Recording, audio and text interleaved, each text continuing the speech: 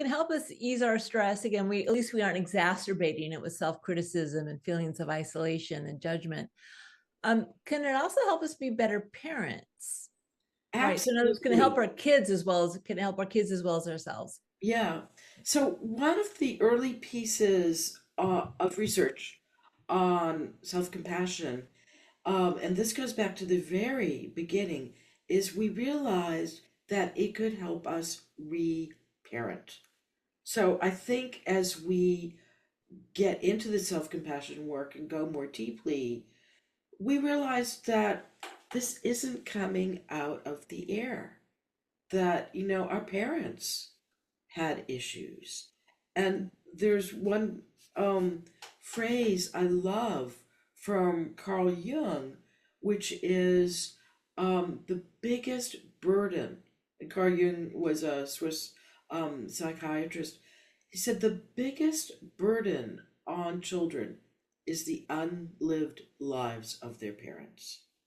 So often, what happens, and no criticism, is you didn't get what you wanted in life. You didn't have the mother you wanted. You didn't have father you wanted.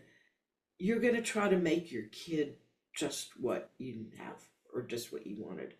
So trying to get your kid to be quote unquote perfect just makes things harder.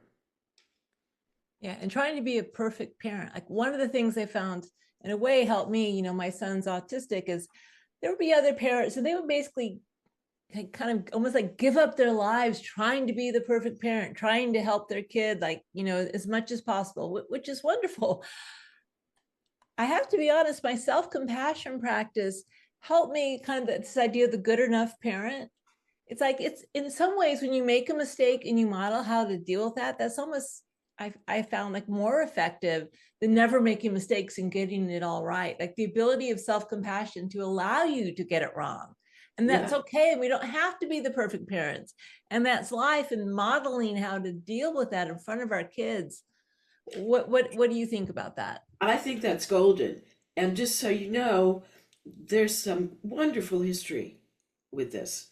So there's an old saying from old Zen masters, which goes back to like the 8th century, which is life is one mistake after another. Uh-huh. And then you can say to yourself, hey, you know, my life, as well as, Zen masters' lives, it's one mistake after another. Just because people may look great on Instagram doesn't Yeah. mean everything's working for them, doesn't mean their kids are perfect. So just knowing that that is reality rather than having everything photoshopped and thinking that's reality can just be a wonderful relief.